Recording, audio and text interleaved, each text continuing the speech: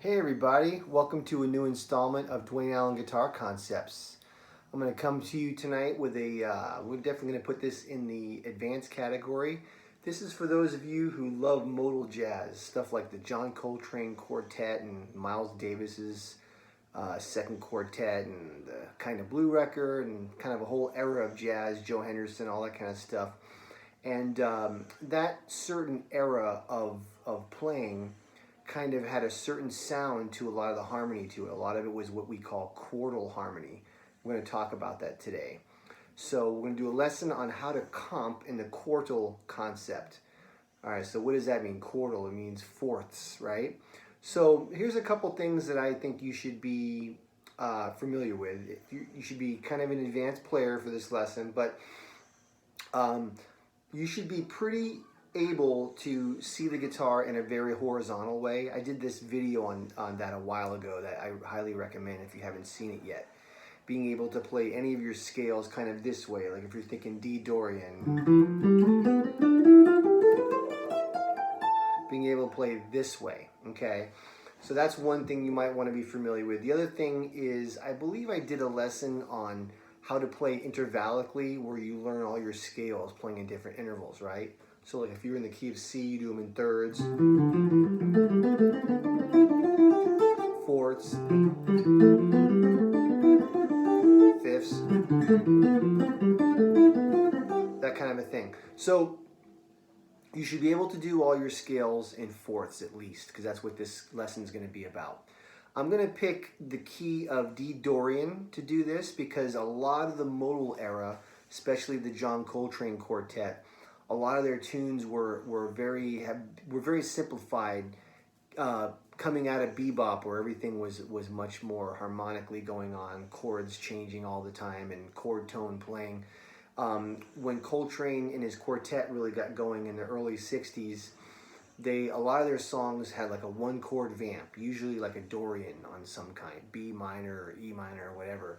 And that would free the band up to really stretch out and play a lot of other stuff, because he was also very inspired by Ornette Coleman and free jazz. But he had this certain kind of modal approach. So we're going to kind of talk about what we can play over his song called Impressions. If any of you don't know this song, you should check it out. You should learn it, get the sheet music for it, learn the melody. But it's one of his famous songs, and it's a great song to work on this concept with. So basically, this is an example of a song that has D minor for 16 bars, and then E flat minor 7, so D minor 7, 16 bars, E flat minor 7 for 8, and then D minor 7 for 8. Now, if you don't know how to do modal comping, it can sound kind of boring after a while when you're comping. A lot of younger, more unexperienced players might do something like this. They might even move around.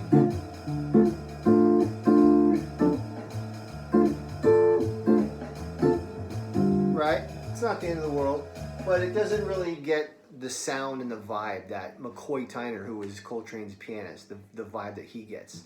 When McCoy would comp over a tune like that, he would do stuff like this.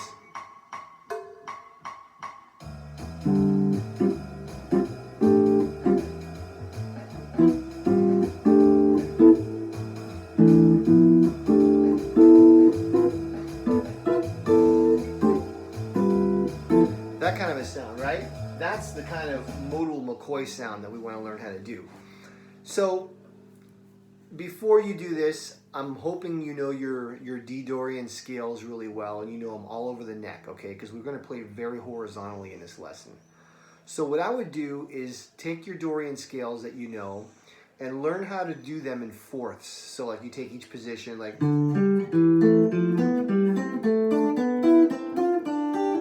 able to do it this way. Here.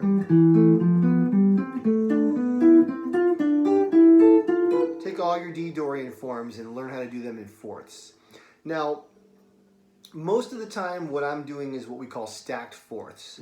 So let's say if I would do this chord, which is two perfect fourths. So it's this one and this one. So what I'm doing is I'm doing the root of D dorian, okay? And I'm playing up a fourth from there in the scale, 1, 2, 3, 4, which is this note, okay? Then I'm going up 4 from this note, 1, 2, 3, 4. So those are what we call stacked fourths, okay? And what I'm going to do is I'm going to take this shape and I'm going to move it up and down the scale. I'm going to do it pretty horizontally this way. So you're basically doing stacked fourths up and down on each scale tone. So like we're doing stacked fourths on the root, stacked fourths on the second. Okay, same deal here within D Dorian. 1, 2, 3, 4. 1, 2, 3, 4. Now where it gets interesting is if you keep that shape going and you stay in the pure D Dorian, you're going to have this sound. Okay, this is not stacked fourths. This is a tritone and then this is a fourth. And the reason is because we're sticking to the scale. And if you go within D Dorian, 1, 2, 3, 4, so this note to this note ends up being a tritone. And then 1, 2, 3, 4. Okay, so we have this shape. And we're only doing 3 notes. Technically, you could add a 4th note where you can go. Okay, but I want to keep it simple and just have it stacked fourths. So we have this shape, then we have this shape. Okay, 8, 9, 9. Then we have this shape. So usually it's easy on the guitar because you just lay your fingers flat and it works. Stacked fourths. Here's the next shape. Then here's the next shape. So I'm going up the D Dorian scale and I'm just doing stacked fourths. Here's the last shape. This one is interesting. So we have a tritone in there. 1, 2, 3, 4. 1, 2, 3, 4. So that one has to have a tritone. So if we go all the way up on this set, I'm on the 5th string, 4th string, and 3rd string. So I'm doing these shapes.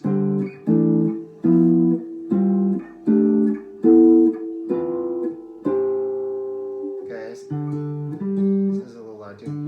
Anyway, all right. So what McCoy would do is he would, instead of thinking D minor 7 the whole time, he would take a shape like this, quartal shapes within the key, and just move it up and down. Okay, so he's not thinking D minor 7 chord tones the whole time. It's more of a tonality. The whole Dorian tonality is up for grabs. So anywhere in the Dorian tonality is cool. It doesn't always have to be D, F, A, C like a D minor 7 arpeggio. So he would do something like this.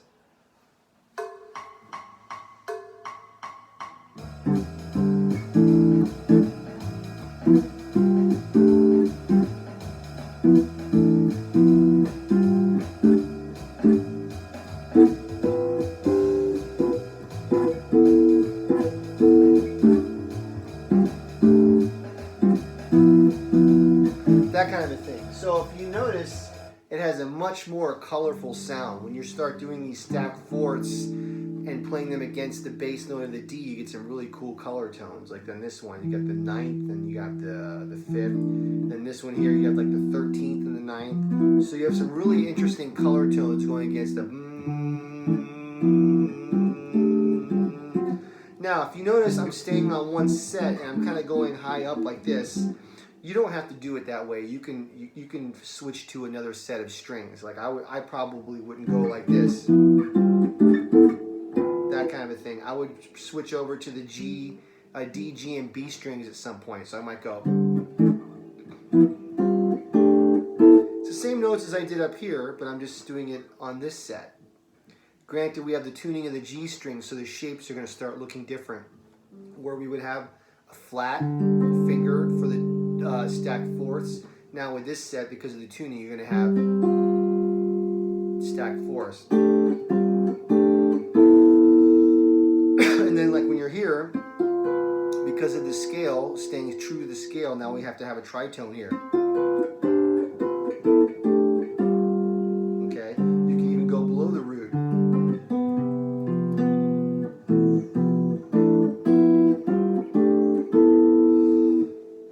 Excuse me. And then you could do it on the high 3 strings too.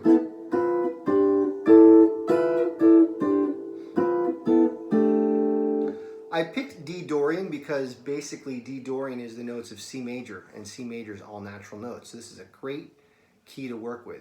What I would do if I was you, learn your D dorian all over the fretboard and try to start learning all these stacked fourth voicings and go up and down on all the different sets like this.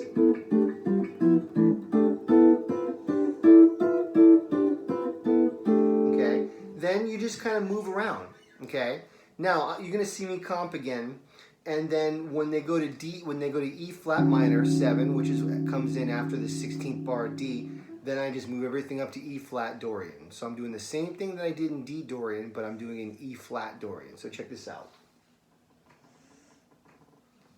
This is what we call planing.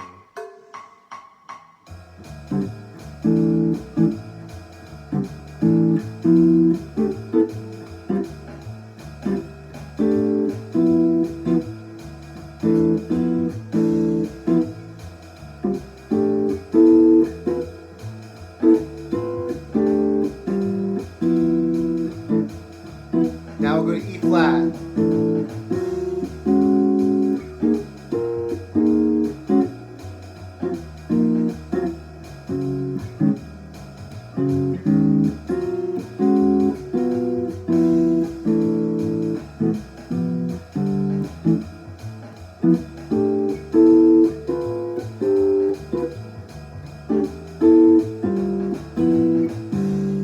See that? Pretty cool, right? I love that sound. I play like that all the time, even on non-modal tunes. If there's a minor 7, I'm probably going to do some planing.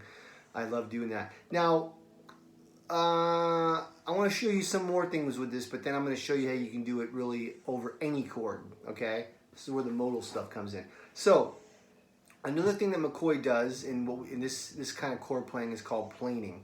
So I was staying strictly in D dorian the whole time. I didn't play any other notes that were not in the scale. One thing that McCoy does is he will kind of slide in between the chords using non-chord tones. So it's kind of like when someone's using chromaticism when they solo, like, right? They're playing chromatic tones, passing tones. Okay, I'm sure you know what that is. He's doing that with chords. So he might do something like this. And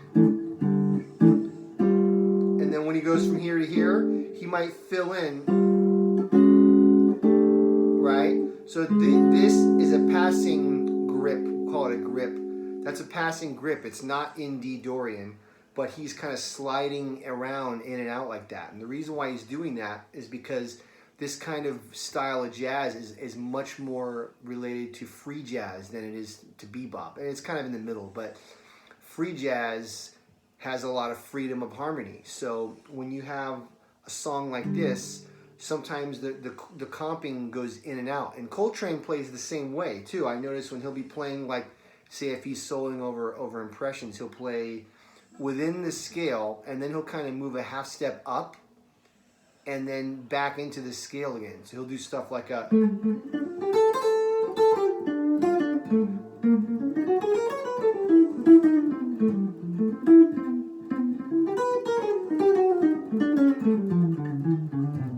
See, I'm kind of going in and out. That's part of that freedom of this one chord thing going. So McCoy will go in between. He'll go like this. And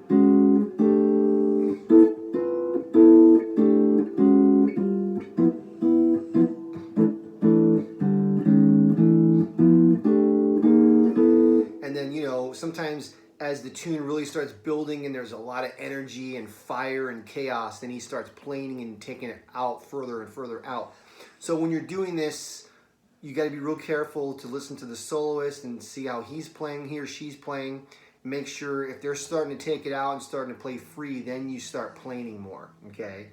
Then eventually with Coltrane would take it so far out that McCoy would drop out, because then at that point it was free jazz, and then anything that McCoy's playing could possibly clash with what Coltrane was doing. So I'm gonna build slowly. I'm gonna play in key, and then I'm gonna start playing out a little bit.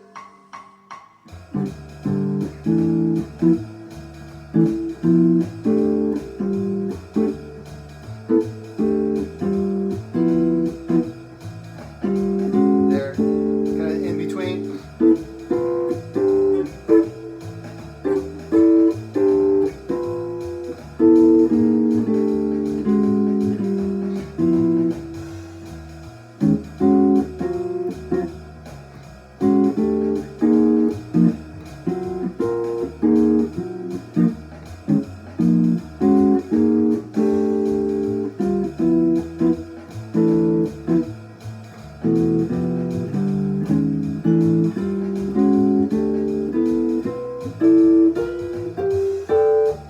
See how I'm doing that? It's kind of a cool sound. It has definitely a very interesting modal type of texture to it. So that's some of the things that McCoy does when he's playing. One more thing I want to show you, and this is something that you hear in a lot of later Miles stuff. There's that one tune that's on In a Silent Way. I think it has to go.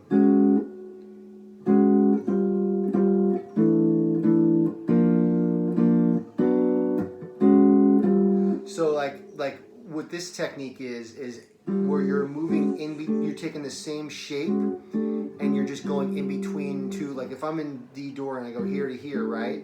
And I'm just taking the same shape and I'm doing it as we call it a passing shape. Sometimes what McCoy will do, and you hear this, Herbie Hancock does this a lot. He'll, instead of moving the whole shape, he'll keep the higher note as a kind of a pedal tone, and he'll move the lower parts of the shape up like this. So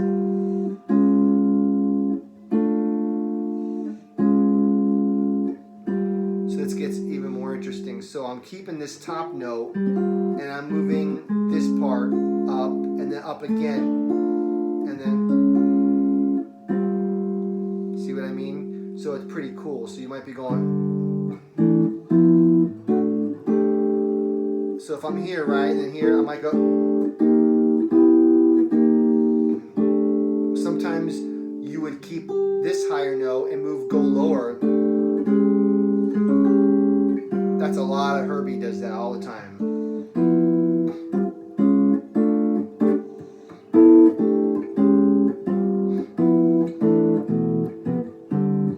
So I'm going to comp one more time, and I'm going to kind of mix all these concepts together. It's going to probably be pretty busy, but you can get a real feel for what McCoy and what Herbie would do. So remember, McCoy would kind of do the fill-in, and they both play both ways. So that's not to say McCoy only plays one way and Herbie only plays one way. They both play a lot of the same stuff in their own styles. But so I'm going to do the passing grips that we call it, and then I'm going to do, I don't even know what you would call this stuff. Somebody probably has a name for it, but where you're keeping the upper tone and you're moving parts of the grip around that. I'm going to do a little bit of all of it, okay? Check it out.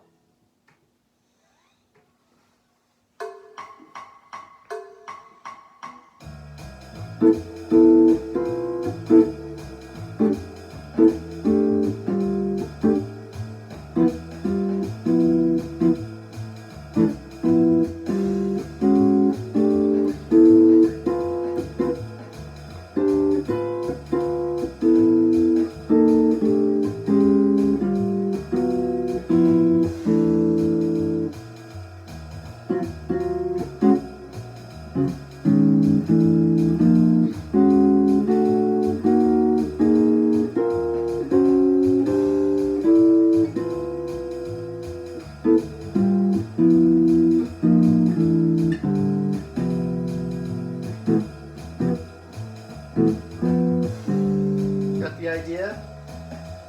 Sounds pretty damn cool. That's why I love Herbie and McCoy. All right, that's that concept over a D Dorian. Everything that I just told you, you can do over any other mode.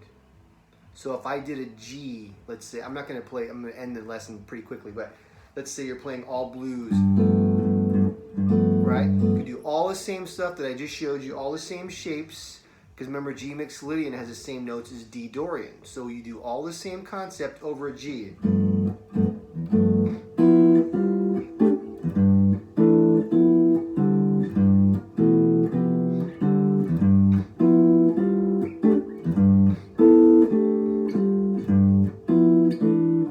See what I'm doing? Sounds just like the thing that I just did, but I kept throwing that G bass note in there because you're doing it over a G dominant. So any of the modes of C major, or any key that you could do this in. If you're doing an F Lydian vamp, same exact grips over F. This is another thing McCoy would do. He'd play a power chord, a fifth, and then he would do the comping above it.